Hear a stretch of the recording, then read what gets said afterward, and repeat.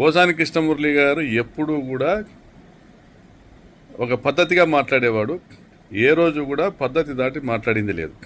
మీ కొడుకు లోకేష్ లాగా తాగుమూతులు కాదు, నీ కొడుకు లోకేష్ లాగా తిరుగుమూతు కాదు, నీ కొడుకు లోకేష్ ఆంబోతు కాదు, బేవర్స్ కాదు, లోఫర్ కాదు.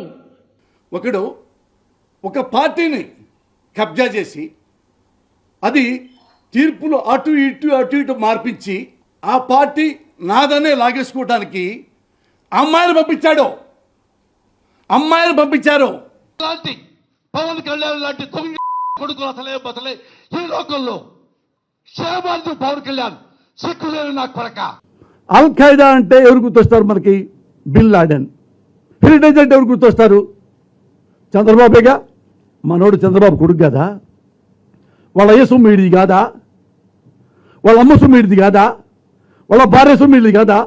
లోకేష్ బాబు తిని తిని తిని ఎంత తింటావయ్యా లోకేష్? పైన మీ తాత ఏడుస్తుంటాడు నీ తిండి తిని చూడలేక. నువ్వు రాజకీయకుడువా?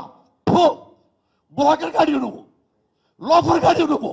పవన్ కళ్యాణ్ నువ్వు షూటింగ్కి వెళ్ళేటప్పుడు వెళ్ళంగానే కుక్క, TV5 కుక్క కన్నీరు పెట్టుకుంటావు. దరిద్రపు నా కొడక.